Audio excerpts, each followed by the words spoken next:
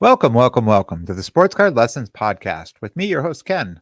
I'm a retired teacher documenting my story here on the pod, finding teachable moments to share with all of you along the way. Don't forget to hit me up on Instagram at sportscard_lessons. Hit that follow button. And you can watch these episodes on the Sports Card Lessons YouTube channel. Welcome, everyone. How is everyone doing? Whether you're watching on YouTube or listening to the podcast, please hit the subscribe button and leave some feedback. Happy Thursday. Before we start, a little programming note. I will be traveling this weekend, heading down to North Carolina to visit my daughter and son in law, and most importantly, my granddaughters. Um, I also plan on going over to see my guy Sam over at Cardiac Cards in Apex, hoping to find some gems over there. With that said, Monday's episode will be a day late. I will not be getting home till late Sunday night. So I will record an episode on Monday and drop that Monday night, and you'll have that Tuesday morning. Our Wolfpack content group has dropped the first Wolfpack Wednesday episode. The first four: Rob, Sports Card Therapist; Craig, New York City Sports Cards; Tony, Cousins Collectibles; and Shane, Sports Card Nobody. They dropped that episode. It was live on Monday, dropped on Wednesday. Definitely check that out. It was a great episode. I will be doing that every 2 weeks. So a week from this Wednesday,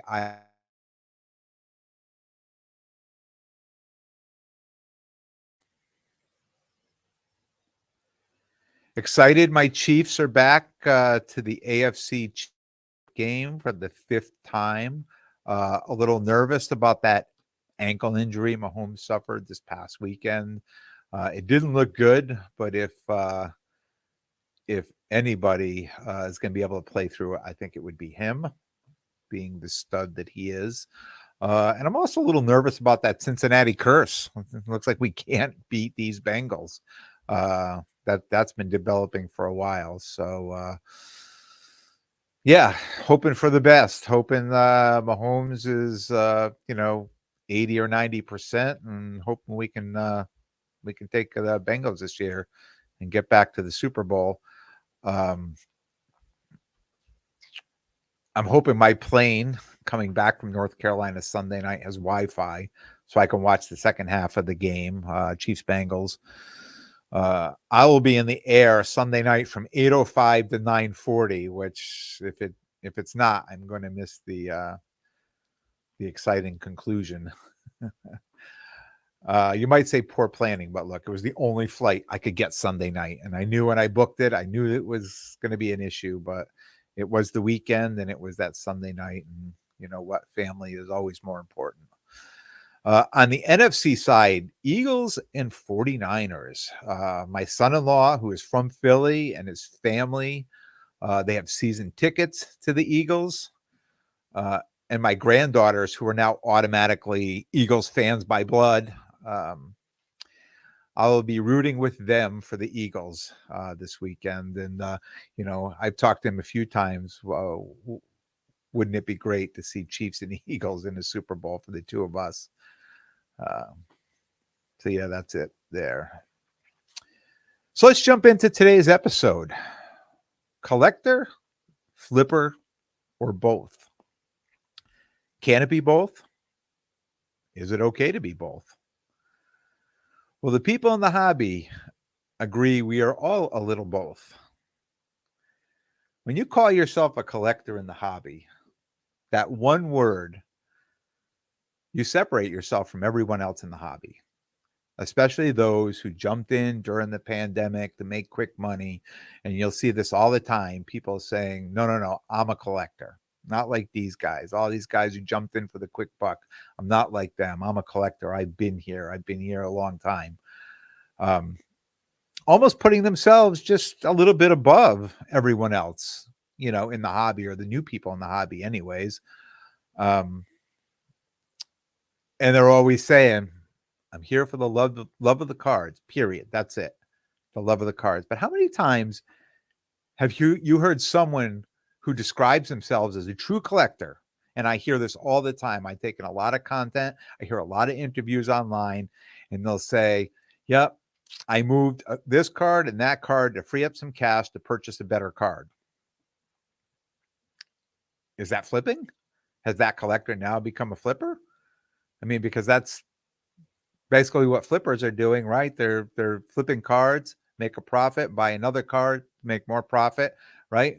But as a collector, we're buying a card and we're holding on to the card. Maybe we got bored with the card, but maybe the cash or the investment in that card would be better spent for us in a higher end card, right? So we can move that card and jump into a higher card. Is that flipping, or is that still just being a collector? Most will argue, no way. I'm still a collector. It's how the hobby works. I mean, I tell people I'm a collector, a dealer, and a podcaster, right? A collector first because I love the cards. A dealer second, just to kind of explain, my further involvement in the hobby.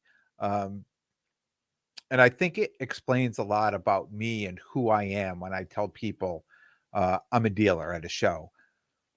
I'm in the hobby, I'm a collector, but I'm a dealer at a show because now I'm coming at it from both sides of the table. And third, I tell people I'm a podcaster. And podcasting, the first two being a collector and a dealer, I'm delivering the content that I'm learning from those content, real world situations, things that are happening to me in the hobby, things that I just observe in the hobby or direct situations that happen. I'm creating content from that, and then I'm putting out as a podcaster. So I think myself, I have to do a little of both. I can't be one. I can't be the other. I have to be both. As collectors in the hobby, I feel it gives us an identity. And a lot of times, and if you've heard, if you listen to the interviews I've done with sports card therapists, he's always asking me, "Who's your PC? Who's your," and it's always kind of vague from me. And some people will think that just doesn't give me an identity. And I am a Chiefs fan, and I wished I jumped back into the hobby in 2017 when Mahomes was a rookie. But to try to start PCing him now, it's a little late for me. Like I can't go back and say, geez, I want to PC Mahomes. And the price tags on a lot of his cards are just out of my price range. I couldn't PC somebody, right? So I find for me to what I PC a lot of things. And does it not give me an identity? Possibly not. I may be the guy known of, how he's got just a lot of different things in his case. When I first started selling at shows, and you can go back in season one, when I had tennis and I had golf cards in my cases. Uh, People were directing other people at the show. Somebody came in and said, "Oh, are you buying?" And they would say, "Oh, I have a tennis card or a golf card." People would point right at me, "Go see that guy because he has those things." And I bought those cards, and I still own those cards. I have those cards. I love those cards, and I display them, uh, both golf, both tennis here in the office. But I don't bring them to shows. It's not really a lane where that people are buying those cards. So could I be known as that guy? Sure. Could that be my identity? Sure. Um, Now I have a lot of Ovechkin in my case. Am I getting to be known as maybe the Ovechkin guy? Pretty soon, I'm going to have a lot of pop culture in there. I'm going to have music. I'm going to have movies. I'm going to be known as the pop culture. I'm not sure what my identity, as far as my cards and my PC and the hobby. And I know, and I tell people all the time that I have many PCs and many side PCs, but really, I just buying the cards that I like. And if it happens to be a music card, and it happens to be a movie card, if it happens to be a tennis card, if it happens to be a wrestling card, if it happens to be I'm just buying cards that I like. So maybe I'm not just PCing one particular person, and maybe I'm not PCing, but does it mean if I buy those cards and then that market gets hot and I sell those cards, was I really a flipper at the end of the day? Maybe you will call me that. Maybe you will call me that. But at the time I purchased those cards, I wasn't thinking in my mind, I'm going to buy this card for X amount of dollars and I'm going to immediately sell it for this amount of money. I bought those cards because I said, wow, I really like this card. I'm going to overprice this card and put it in my case because I really don't think I want to sell it. And I've done that with a lot of cards. And a lot of those cards, I've called that my PC, even though they are for sale. I do love the cards. I love all my cards. And I'm always leveling up. I'm always trying to find, more rare, low pop count cards that can, you know, that can be considered, dare I say, a grail card. And I think it's the only time I've ever used the G word here on the podcast, right? Because I haven't found that one true rare card to put in my collection. I just said I have many collections, many cards, many side PCs, right? But I really haven't found that one true rare card to put in my case. So what do I do? Or to put in my PC. So what do? I just keep buying the cards that I like. They're all for sale. At the end of the day, every card I own has a price. So now am I back to being a flipper, even though I bought these cards because I love them? Am I a flipper because every card has a price? As a dealer, if an offer is made for me on one of my coveted cards, if the price is right, I will sell it. I absolutely will sell it. And I'll invest that money, like I said, into a higher, rare, even lower pop count card of that player, or, you know, maybe within that sport, but mostly in that player. And hopefully at the end of all this, I'm going to own that, someday acquire that one true ultra rare card. I think if you go out and you can afford to go out and buy that one card, that you buy it and then that's it. Where's the excitement in the hobby? I think I talk about transitions, right? In just being in the hobby, and it I think everybody grows a little differently in the hobby, but I think everybody kind of grows the same in the hobby. And I think things that maybe we love and we chase at the beginning, and then we realize there's so much more out there, and there's so many different other types of cards and higher end cards. There always is a higher end card. Um, and it seems like every star out there, if you look at all their actual, their highest card is, 5, 6, 7 figure, right? Of most stars out there. So if we were able to go out and buy that one card, are we really hobbyists? No. I mean, I think at that point it would become more of an investment, right? That you just bought this card because really, what are you going to do with this one card, besides put it in a very, very safe place to make sure nothing bad happens to it. Um, you know, I think all these cards that I put here in my office and I display, I love looking at them. I sit here and I look at them as I'm getting ready for these podcasts, as I'm doing anything. I'm always looking on the wall. I'm looking at these different cards. All these cards have a story. And sometimes I think of the story, sometimes I don't. Sometimes I forget I have cards. I talked about this. I open a box. I'm like, oh, I just did this last night. I opened up another box and I found the whole box of hard signed hockey cards from the 80s and 90s that, I said this before. I knew that I had, but I forgot that I had. And when I open it up, I go, oh, yeah, I remember these. And I spent hours going through these last night. I was so excited to go through them. And now I'm figuring out which ones I'm going to send off for grading and being authenticated. Um,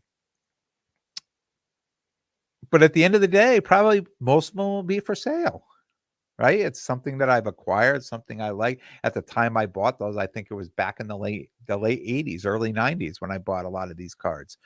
Um, some of them may not even authenticate. They may not even be, because back then, very few. There was no, when I was buying cards on eBay, there was no certificate of authenticity that were coming with these cards. So some of these cards may just be fake. I have no idea, but it's another whole area of the hobby that I get to, that I feel as a collector, that I get to feel I can jump into it and create this. I'm not going to say lane, but something I'm doing for myself in the hobby. And I bring it back to the love of the hobby. I want to say I'm a collector, but I understand that I flip cards too. This, it's a business practice, right? If I'm being a dealer at a card show, I have to be a flipper, right? It has to be part of the business model. But am I doing it to put money in my pocket? No. I have not put one penny back in my pocket from this hobby. In fact, all the money I've made in this hobby, I reinvested in this hobby, and I tend at slower times when there's no shows to even invest a little more money. And I've come across cards that I really like, and I'm like, yeah, okay, I'm going to buy these cards.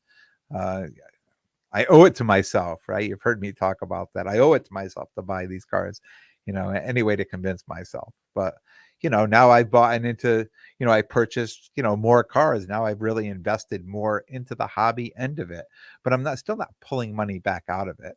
And I see people put on Facebook a lot and Instagram, oh, the transmission went in the car. I need to sell these cards and this and that. I don't know how real it is, but I kind of feel bad.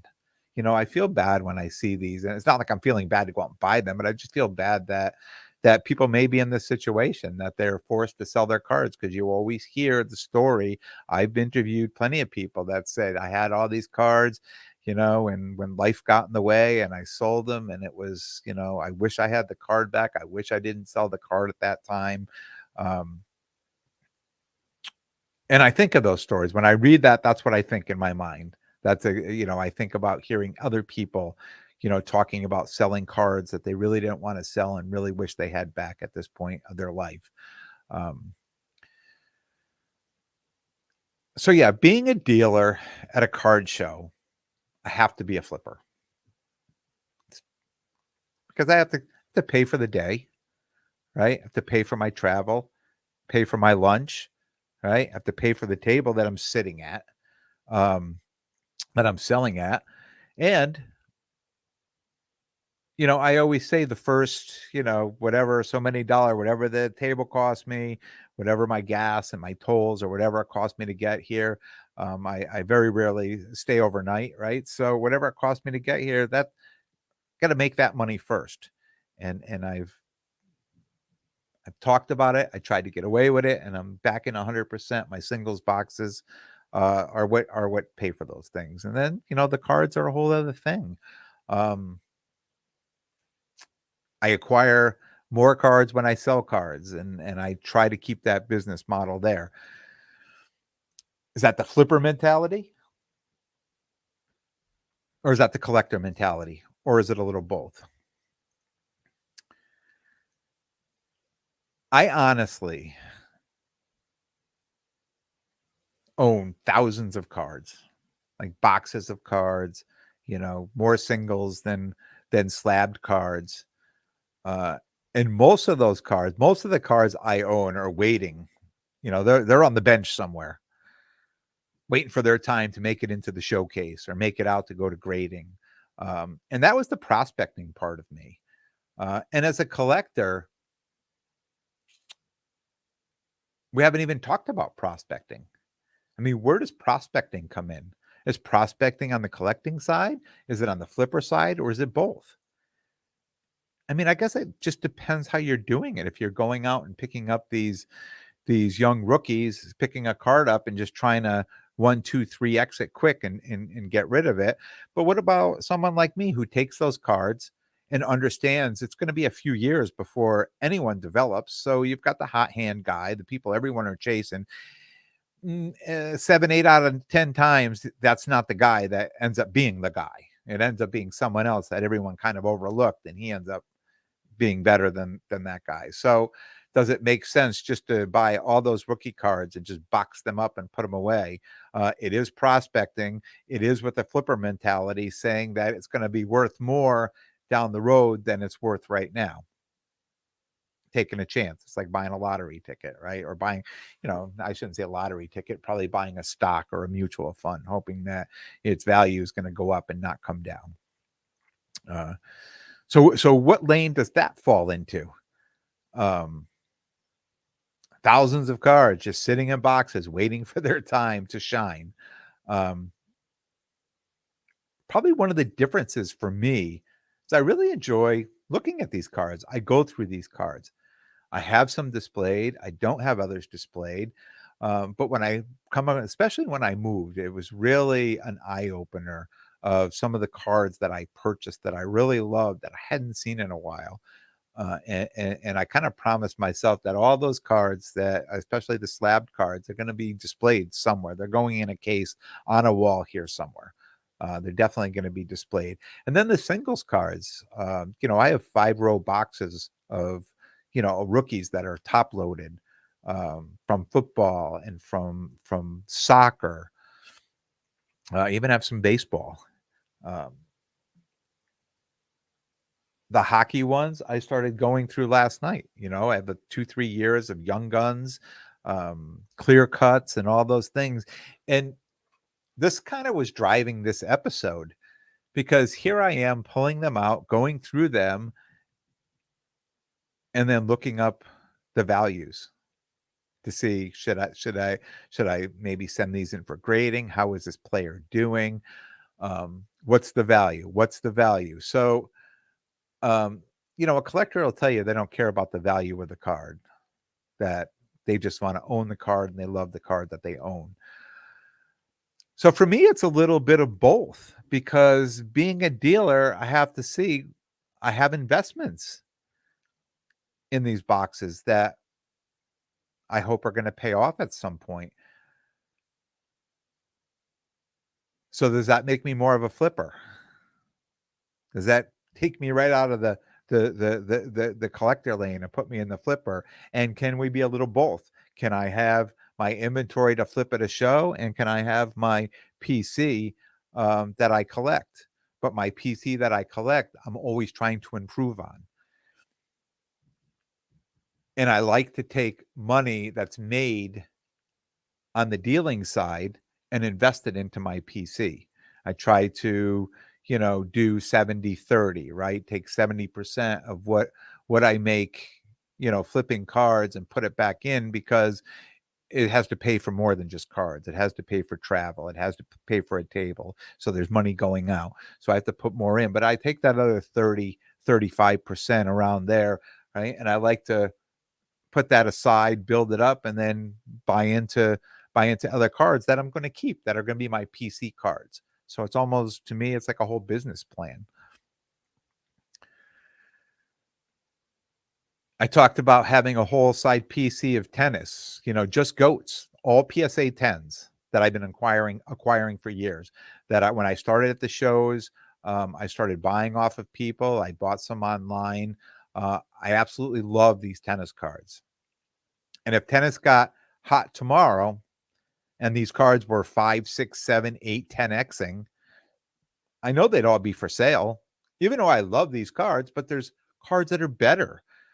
If I were to sell these cards, I could get into a higher, Serena Williams card, or a higher Fedorov card, or, there's always cards that are better than the cards that I have. I love these cards. I love looking at these cards. But if their value was to jump up enough, that I would sell these and try to move into higher end cards.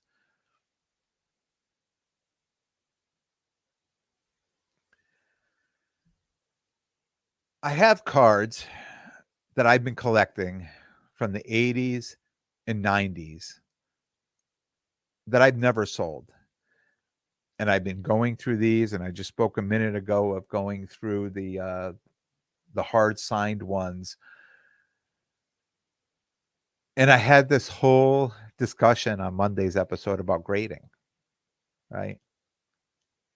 But I'm still in my mind that these cards I made an investment 30 years ago, 40 years ago. So to me right now it's found money. It would be found hobby money for me to take these cards and start grading them, and possibly sell some of them, because some of the values on them are up, not all of them, but it's like now, it's like what I did now with top loading all these rookies. That was prospecting for me too. It was just buying cards that I hope one day in the future would have more value than what they were when I bought these cards. So even though collector sounds so much sexier in the hobby than a flipper, I think most of us in the hobby are a little bit of both. I think we're a little bit of both minded in the hobby. And I know I've talked to people that say, you know what, I only buy cards, I never sell a card. I'll never sell one of my cards. I only buy them, and every few weeks or every month or whatever it is, I put money aside, I save up, and I just buy more cards, and I will never sell them. And I go to a show and I leave my cards home. I will never trade them. That I'm just going with money. I'm going to buy more cards to add. Um, to me, I would say that would be a true collector. It's just somebody who just wants to acquire the cards and is never interested in selling them. Doesn't care if the value 10x, 50x, 100x on a card. They're never selling the card. After they've purchased the card, they're never going to sell it. To me, that would be a true collector. But I think most of us are a mixture of both. If you're in the hobby and you're always trying to improve your collection and move lower end cards out to bring in higher end cards, you're definitely a mixture of both. So as I conclude with this, and really listening to my own self as I go through this too, right? Uh, I want to call myself a collector, but I feel that, you know, there's got to be some kind of a hybrid. Someone for me who's doing multiple, who's in the hobby in multiple lanes. There's got to be a hybrid or a middle ground to what we do. Um, but if I stop setting up at shows, and I know you've heard this a ton of times, and I'm going to say it. If I stop setting up and selling cards, all these cards that I have now, they would still remain right here in these display cases on the walls, each with their own unique story. And I would be completely happy with that. Upcoming shows, Laz show, Garden State Trading Card Show, La Quinta Inn and Suites, February 18th in Secaucus, New Jersey. The EC3 Mohegan Sun, February 25th and 26th. Another Laz show, Garden State show. He has two shows, both at the Hilton in Hasbrook Heights, New Jersey, March 4th and April 8th. I want to thank everyone for tuning in. And if you like what you hear, please definitely subscribe. And most importantly, tell a friend and spread the word. And until next time, take care of yourselves and everyone around you.